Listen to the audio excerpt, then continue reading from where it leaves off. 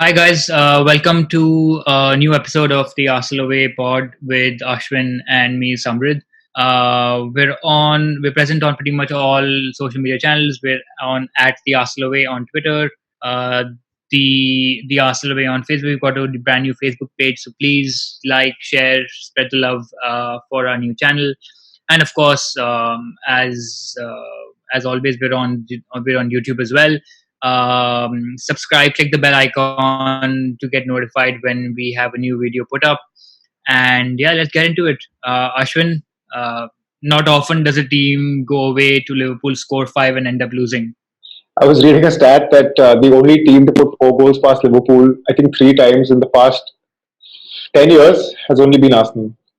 And We've never won that game. yeah, the thing is, I think we signed off on the last pod where you said you didn't really care about the Europa League game and the Carabao Cup game. And I said, you know what, like, I look forward to these games because it's more exciting. And to be honest, I was entertained, but you can't go to Anfield, score five, and lose the game and come back. Yeah. That's just ridiculous. Uh, in the first half, we'll get to the major talking points later. But in the first half, the sort of football we played was something. I get it. It's Liverpool's not even B side. It's probably their C side. They played a lot of youngsters, inexperienced players. Didn't have the same sort of intensity that the senior squad has. But the sort of football that we played, it looked like it looked like the sort of football that we used to play back in the Wenger days because we were playing attacking football, we were playing fluid football. It was one touch. Obviously, Ozil made a lot of difference. He is going to be a big talking point in this because I think we've discussed this in the previous pod where we said he's probably going to throw Ozil in the deep end, which was Anfield, to make him look like a fool. But it turned out that Ozil made Emery look like a fool.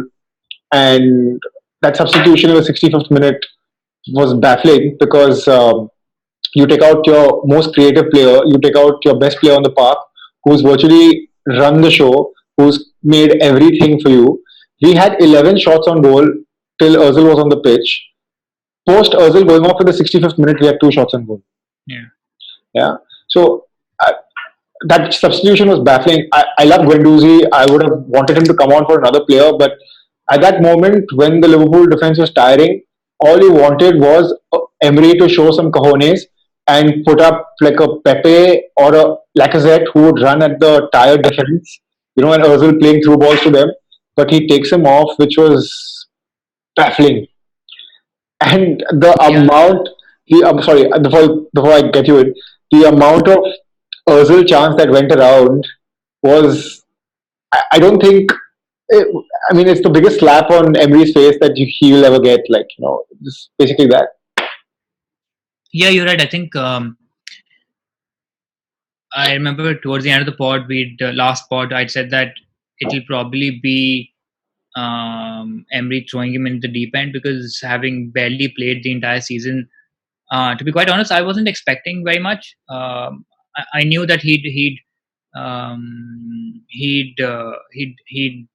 be a little rusty maybe, but I was pleasantly surprised. He seemed pretty much on Up his for it. game. He seemed up for it, which then baffles me, and I think a lot of the Arsenal fans as to why he hasn't started. Because I understand he had that event where initially with Kolasinac when he was attacked by muggers, and he got a little unwell in the middle as well. But whenever he's come on right from preseason, he's looked fit and raring to go. The games that he started for us, well, 2 games he started for us, he's looked fine. Um, it just and you mentioned this and you mentioned this in the past. It's just been it was pretty much a statement from Emery that look, dude, I don't know what else to do. Mm-hmm. And you call him a coward, and it was in a way it was cowardly from Emery to have finally decided, let me just step off my high horse, and let me just play the guy and see what happens. What's the worst that could happen? No one was really expecting us to go there and win. Mm-hmm. But the fact that Ozil came on, put in a performance, we finally had some sort of cohesion between the midfield and our attack. Yeah. For both the first goals, when Ozil laid off got the ball back from Ainsley, and then played that square pass to Saka before it was blocked, and then you had Torreira for the rebound, or even for the second goal when he pinched the ball off for Saka to lay it off for Martinelli. Martinelli again. The assist, to have that presence of mind to prevent the ball going out of play, and then that back heel, or I don't know what he did to bring that ball back into play Ainsley.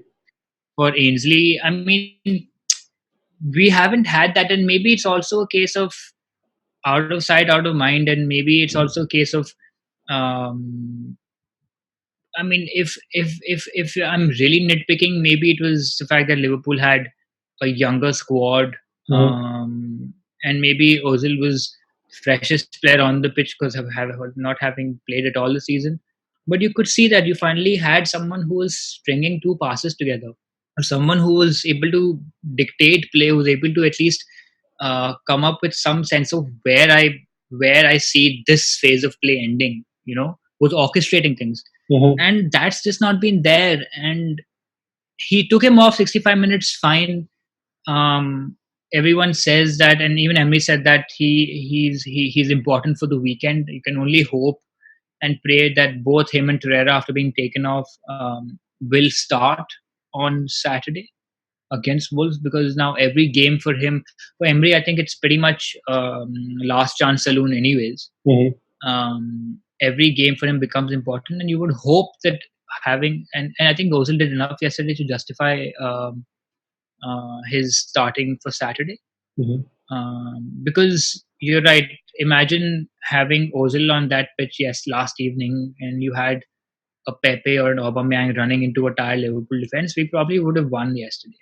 There was no doubt about it. But now, I mean, at least if nothing else, there's no reason for Emery not to play him. If he's not playing him, then he's just digging his own grave. And yeah, I mean, I'm just happy for Ozil because he's finally back. I got to see him play again. So yeah, Yeah, I mean, from that night, like even though we lost 5-5 on 5-4 on penalties. I think there were a lot of positives. yeah, For one, I saw a massive improvement in Ainsley. He finally, I think he really needed that time off. I think he really, that he was under the limelight a little too much. There was too much pressure on him, not playing in the right position. So that time off where he's not been picked for the last 3 or 4 games has done him really well, because I think he's come on and he had a very good game. And so that's one positive. Second positive has to be Martinelli.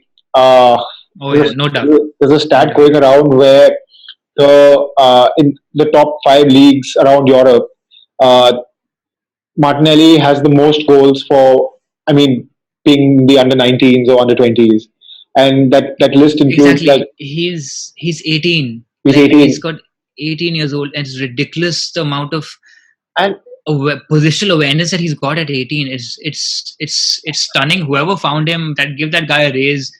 I want to buy that man a beer. I mean, it's ridiculous how they spotted that someone so talented. somebody who's come from the fourth division of Brazilian football, Yeah, who's come into a different continent, has to come adjust to a different league.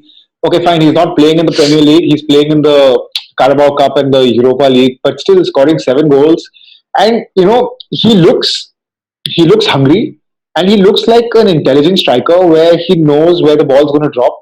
He's a mix of a poacher as well as somebody who can run with the ball. I think somebody compared him perfectly, saying that he reminds somebody of Suarez. He does that. Like, he has that short back lift. He's always there, annoying defenders. He's on the shoulder. He can run at you. He can take the ball. And for somebody who's 18, with his best years in front of him, if we can hone his talent and grow him develop him better, he's going to become a world class player, like world yeah, beat. no doubt, no doubt. I think even the team itself, was it Luis or Socrates who said that he's a handful to play against. Yes, yeah, yeah. And for someone who's almost twice his age, Mhm. is a seasoned pro, both for Brazil as well as for multiple title-winning teams. To say that, that's heavy praise for someone like Martinelli, and I think he is knocking on the door to be starting Starting. ahead of Lacazette, I think, and even ahead of Saka. Um, so I'm hopeful he gets his chance. I don't know if Emery has enough faith in him to play him in the Premier League, where we're anyway struggling. Mhm. I think he will still keep playing him in the cup games, and our cup games are now pretty irrelevant. There's only the Europa League now. Mhm. I think another point, another win, when we should be okay. Yeah. But I'd like to start seeing him in the Premier League. I think there's a lot about him that people get excited about, and Yeah. for all the right reasons that you just laid out. So there were a few positives there. There were a few negatives. I mean, I have to blame the manager here again. Uh, he spoke about the 65th minute substitution, whether it was right or wrong. I don't think that you should have taken out your best midfielder, your best creative player in the team, right? Getting him off was a bad thing. Another thing is, okay, fine, he's taken him off. He's got Guendouzi on. Joe Willock has gone playing this is the number 10. He's gone and scored that wonder goal. Yeah, Another great goal from. I mean, that's something another positive. ridiculous. Yeah, Yeah, yeah. yeah. But when you're 5-4 up, why take out your CDM? What was that substitution where he takes off Torreira and brings on Ceballos? I don't understand that. I mean, yeah. We were up 4-2. We were up 3-1. We were up 3-1 4-2, and then yeah, we were up 3-1. We were up 4-2. We had, I think, a minute and a half to go before before we they made it lost. 5-5. Yeah. Before they made it 5-5. Um, and that's been. I mean, I remember Arsenal used to get blamed a lot for this. That we're not able to see out games, and the mentality isn't there. And that just seems to continue with them. There's a theme that's been running right throughout. Go on. I'm glad you brought that up. I read another stat today. This is going to be a shocking stat. Um, Arsenal have given up a two-goal lead, considering now they've given it up against Villa, Watford. Who would we play on the weekend that we gave it up against? Uh, Palace. yeah, Palace. Palace, and now Liverpool again on the two-goal lead. The last time we did that was 370 games ago. Wow, that's ridiculous. Yeah, When we won a game leading 2-0 yeah. No, the 370 by games two. ago was when we drew a game after being 2-0 up or lost a game. Wow, wow. And imagine. So I don't think Arsene Wenger gets enough credit for a lot of things that he did. People, I think, towards the end of his reign, were just tired because he was maybe stubborn in his own ways. But his stubbornness is what got us to a lot of glory. We were champions. For him to come out and say that, listen, my team will go unbeaten, and when people mocked him, he went and did that, right? So I think people give him a lot of stick, and Unai, and to be honest, I keep saying this. We're not any better under Unai. In fact, we're worse under him. Our record speaks for itself. We concede more goals. We score less goals. We have fewer points. So Yeah, I mean, it's just. Just coming back to your point on the negatives from yesterday. I thought Holding had a difficult game. mhm. Mustafi lost his man for the equalizer at 5-5. Was it Mustafi? I remember Bellerin pointing at someone. I think it was Mustafi Was when Mustafi. they equalized. Yeah. He had that own goal. He always has a mistake in him, but um, you can't. I mean, you can't score five and then concede five. I mean, it's some of the goals were preventable. Martinez didn't have a very good game. I thought some of the goals he could have done better with. Um, and penalties, quite frankly, Ashwin, it's a toss up. It doesn't matter whether you've got the best strikers on the pitch or you've got the best goalkeeper. It's a complete toss up. It's what happens at that point in time. So I mean, in a way, I'm happy. I think this competition is a piece of shit, anyways. Mhm. It's ridiculous. It throws schedules completely off balance for a lot of teams. Mhm. I think Klopp's been complaining about Yeah, it. Yeah, yeah, Liverpool's, I think, quarterfinal fixture has been moved to January or yeah, something. I was yeah, reading some time back. yeah. So it plays havoc with teams. I mean, it's not like we're it should bother us as much if we were to continue, because we're not ever going to be competing for the Premier League title anytime soon. Mm. But I'm just glad that this is a competition that should ideally have been used to blood youngsters, and we're already seeing some great people come out of it. Come out of it. I just rather we I just want us to now have some sort of sustained run in the league where he's picking the right players at least, because he's seen now it's as clear as day what happens when you play the right people in their rightful positions. I just don't trust him enough to Do that. continue that. Yeah, I don't trust him enough to do that. And I know, I mean, we'll start talking about Emery again and what he's doing wrong. Uh, in a way, I want to give him some credit for last night for at least picking Mesut and picking Torreira to start. Um, Irrespective of what the result is, these games are very one-off. You can't. Yeah. Very rarely do you have a 5-5. Yeah. And then that goes to penalties. But I just think that credit to him for picking it. I just think he shouldn't now hold back in the league where it's more important. Old habits die hard. I don't think he's going to change that. Yeah, you're right. I mean, I don't see it. I don't think it's not going to last. But if the team's winning, if people are getting game time and we're getting results, I don't see why it shouldn't continue. But then again, what do I know? All right. Before we move on, let's rate the players, but let's do it in a different way this time. Instead of rating every player individually, let's rate just like maybe you can do the goalkeeper, the backline, the midfield, and the forward, and then you can just basically pick one person from each of them and say who was your standout player. So, okay. From the goalkeeper Martinez, I'd give him. I mean, in a 5-5, he's conceded 5 goals. I'd probably give him a 5. Okay. Just because I think he could have done a little better. Mm-hmm. Leaving aside the penalty and Oxlade-Chamberlain's goals, Everything else could have been prevented. I think it could have been prevented. Maybe slightly organizing his defense a little better. Mm-hmm. Not having Mustafi lose his man for the final goal. So I'll give him a 5. Out of the defense, I'd probably give the defense a 4, and probably my best player, and only because that he lasted 90 minutes and was pretty much led by example, is probably be Bellerin. I thought he had a decent game right throughout. Midfield, I mean, I can't look past Ozil. Massive contribution, change pretty much control the game till he got taken off. Key passes right throughout and assists to boot. And up front, again, Martinelli, just ridiculously good. Give him a 7 on 10. Nice.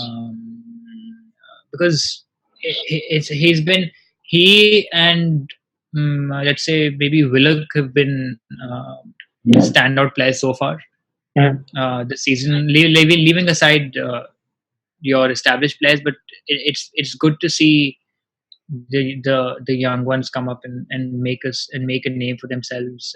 And Martinelli is right up there. So yeah, that would probably be my ratings. What about the manager?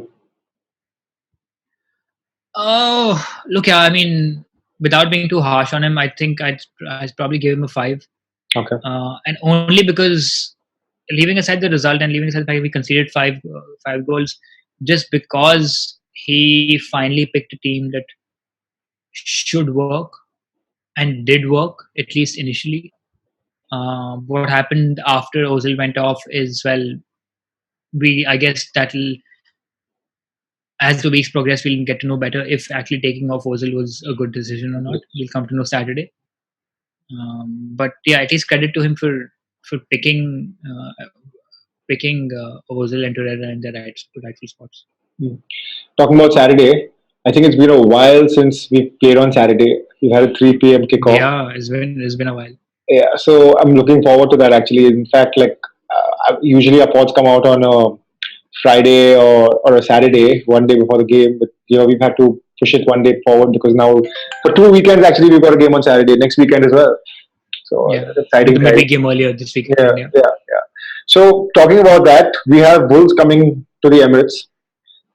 Let me give you a little context. Last season, they took 4 points off us. yeah. They beat us away convincingly. Should have beaten us at the Emirates. We got really lucky where it was 1-1 there, and we managed to you can say salvage. We managed that there. Not only did they beat us, they beat some of the big teams last season as well. They've done the same. They haven't started particularly the same way this season, but they went to the Etihad, put what was it, two past them, three past them. 2-0, 2 Yeah, nil. 2-0. And they've got that guy on the counter who's extremely fast. Traore, yeah. Yeah, Traore. So if you know how we play football, where we either it's we sit back or we have the whole team up at half line, and uh, we mention this every week, where the two of us are so scared for teams that come to the Emirates, or are so scared of the Premier League that we don't know, we can't even say for surety that you know what, that's 3 points bang on.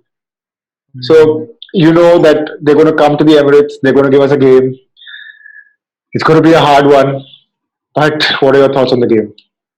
No, I think I'm I'm encouraged by our performance yesterday. Mm-hmm.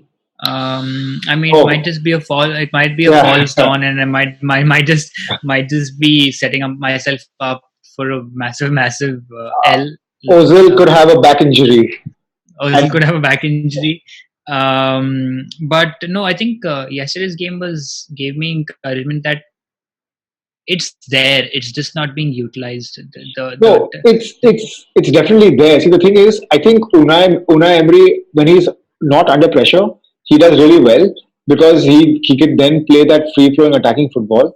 But the Premier League is a different ball game. I don't know what's happened to him. The sort of pressure levels that go up, and the sort of football, the way he sets out his team is just baffling. So Yeah, so I mean, I just think that it just going by our performance last evening, it's encouraging. I hope we're in that same verve and charisma that we showed in the first half, that remains. And I actually think Wolves might just go for it because they've mm, seen teams come to the Emirates, and they know that if do we really press well. push them a little bit more, they will buckle. That Mhm. just might play into our hands. I, at the risk of sounding like an idiot, I think I'll make a bold prediction that Pepe will score his first goal from open play, with Mesut providing the assist. That's way too Um, optimistic. so so I think, jokes apart, I think it might be a good game for us. Just seeing where, coming off of how we played, and where Wolves are, it might just play into our hands. Uh, it'll be a tough game, no doubt. I'm not denying that Wolves don't have the quality. They're at their current position where they are for a reason. But just putting all of that aside, I think that there is definitely a small glimmer of hope from yesterday's game, and I hope that gets brighter and brighter as Saturday approaches. I mean, I made it a little bit too philosophical, but that's where I am at this point. I don't know why you do this to yourself. Because every time you give yourself a little hope, that's when it hurts the most. And so, I'm so used to it now that I know that every weekend we go into the Premier League, it's only going to be hurt. That I'm already prepared for a loss or at max a draw. That it doesn't even hurt as much as anymore.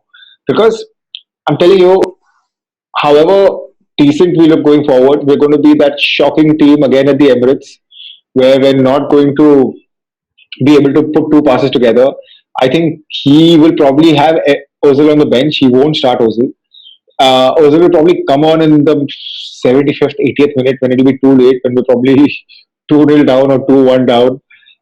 And call me a pessimist, but I don't think he's the right man, firstly. And I don't think he's capable, he's good enough to beat Wolves. I'm not even getting to Leicester. I think Leicester is going to be his final day as Arsenal manager. And I think we spoke about this before. United were 8 points behind us in 14th.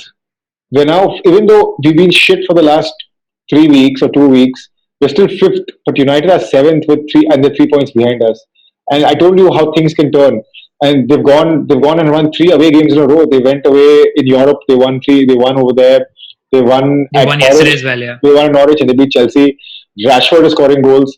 I mean, like, what is happening, right? And who would have thought at the start of the season that Emery would probably be sacked before Ole Gunnar Solskjaer, right? Like things are looking up for United right now, even though they don't want him. But to be honest, whoever looks like they're getting the sack first is probably got to be Emery over Ole Gunnar Solskjaer at the moment. I mean, I don't know. Like the sacking conversation, I think will probably, I think, pick up steam after Leicester. Currently, from the noises that we're reading on Twitter, doesn't seem like it's going to happen anytime soon. Mm-hmm. That Lot they're of going to put noise, him to the end. lot Yeah, of I noise mean, it's a about lot of Ozil. noise. I mean, there's a certain someone whose name is being mentioned. I don't want to bring it up right now. But No, just coming back to Ashwin, not right now. the thing is, um, I'll be honest with you. I hate the guy. I will never support the guy. But if he had to come in, if he did a job, if he made us more competitive, if he made us win trophies, I would back the guy. it's the same thing that Chelsea fans did, same thing that United fans also thought of. See, the thing is, even if it's a quick fix in 2 seasons, if he can get us being competitive again, he can get us, say, like an FA Cup or another Europa League trophy or something like that, get us into Europe. And if we have to get rid of him after 2 or 3 years, I'm okay with it. I'm absolutely fine. Okay, I know what we're doing, but you tell me at the moment, if the sort of situation that we are in, the club said, okay, we put Emery, let's sack him now. You think if you are the board, would you rather go with somebody who's Premier League proven, who knows what he's done, who's taken teams and won things in the past, or would you put put your house on the line for a guy who's never done it? Like, would you put it on Freddie? Would you put it on Arteta? Would you put it on somebody unknown? I don't think the board right now has that in them to do that. So I think if we had to sack Emery, the only person coming in is going to be Jose Mourinho.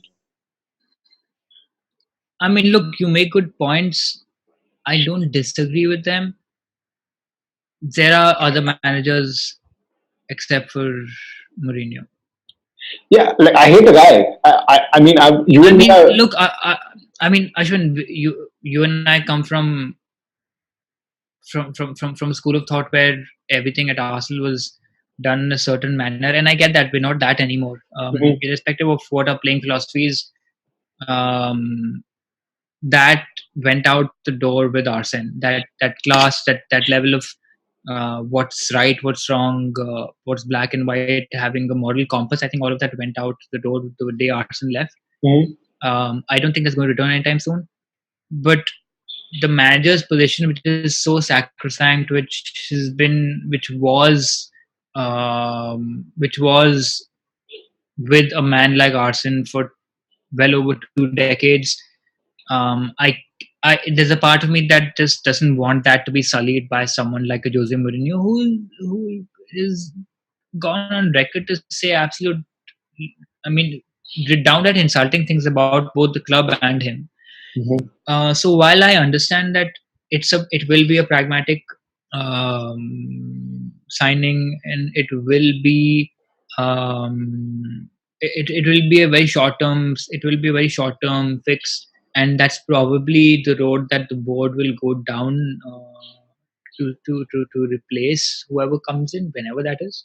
Um, as it is, there is already some disconnect that I feel personally from the club, mhm, with just how things are, and that probably will just increase more someone like him coming. Because I cannot stand to be cheering for Jose Mourinho or singing one Jose Mourinho or whatever else shitty song that he has. I cannot ever bring over and I mean, let alone that, the fact that he'd be wearing a blazer with A and the Canon imprinted on it.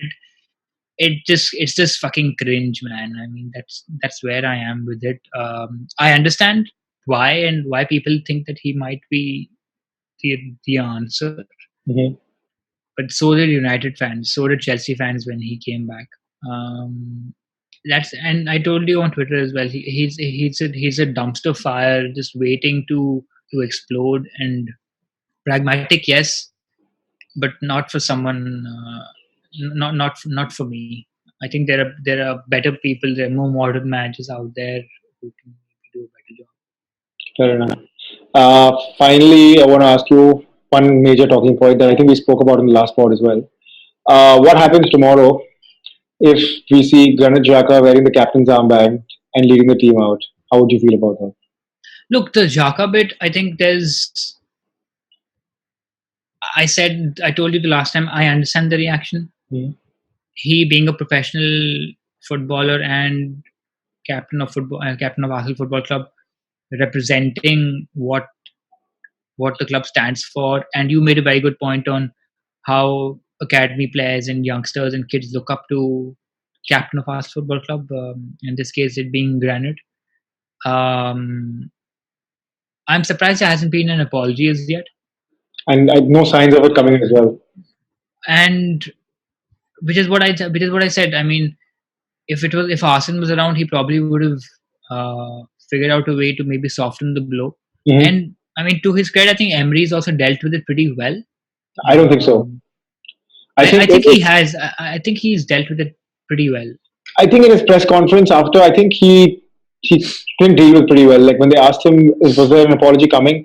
All he kept saying was, "No, the Xhaka's very down right now, and I don't think he's going to apologize." And I think that speaks volumes. That if a manager wants you to apologize, because Emery said that what Xhaka did was wrong and he should apologize, and the fact that Xhaka hasn't done it means that probably Xhaka has lost respect for Emery at one because he's not probably apologizing. And the second thing is, if Emery has picked five captains and he's the main one that he's picked, and he's done this to Emery, I don't know how Emery can trust Xhaka again. No, look, I understand that. I'm of the opinion that while the reaction should not have happened, I understand why it did. Our fans are not the whitest of white. Excuse the pun. Of course. But should the club should have maybe come out with some statement wherein to Sunday was when we played, wherein to day 4, Mhm. and there's been nothing. Yeah. I don't think he'll start, or I don't think he'll be in the squad for Saturday. Mhm. I think they probably have someone else, maybe Oba or Hector if he's fit. I don't think Hector will play because he played 90 minutes. But they probably have someone else as captain. I think they'll give him some time off, decide what they need to do, because outside of why he reacted, it's how he reacted that wasn't right. Yeah. He should ideally not remain captain of the club. Yeah. But again, this just stems from the fact that everything just seems in limbo as of this point. Mhm. And whatever needs to be done quick, which is why as confident as I was of the board maybe taking a quick decision on Emery,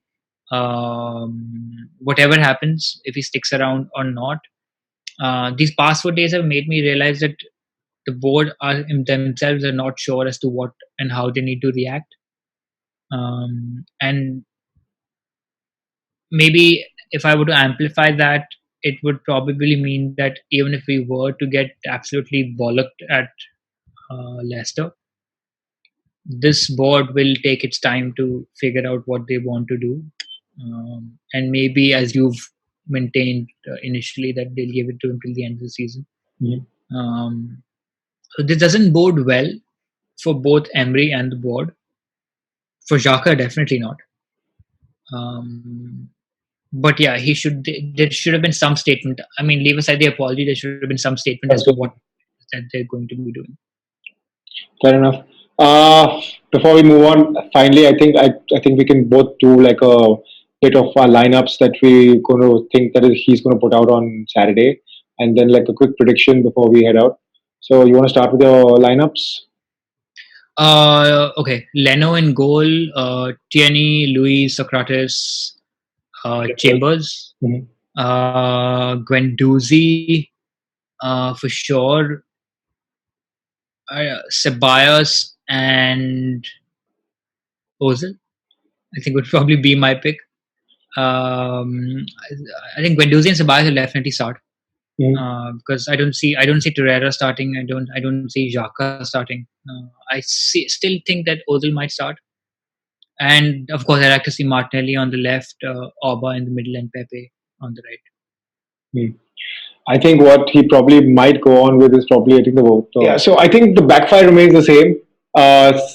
Leno, Socrates, Luis, Chambers, and Tierney. He probably plays Ceballos and Guendouzi, like you said. I think he play Joe Willock in midfield. I don't think Ozil will start. I think Ozil will be on the bench. Uh, Again, might not give, even though Martinelli deserves a go. I think he might go with the forward three of Oba, Pepe, and Lacazette. He might go with that. It should be good enough to beat Leicester, but I mean not Leicester, Wolves. But I'm sticking for a 1-1 at the Emirates again. Okay, I'm gonna be a little more braver. I think I will go for the 3-1 to the Arsenal. Yeah. Just in that positive frame of mind, and how, yes, just being encouraged by yesterday's game, I'd go 3-1 to the Arsenal. And who are your goal scorers for you? Goal scorers, Pepe, of course. Mhm. Uh, Pepe, Ceballos, and one of the centre halves. Okay. All right. So that's it, man. That's the show. Thanks for being on. Thanks, Ashwin. All right, guys. Just before we go, I think Sabrit mentioned this in the start. We are on Facebook, The Arsenal Away. We're on Twitter, at The Arsenal Away again.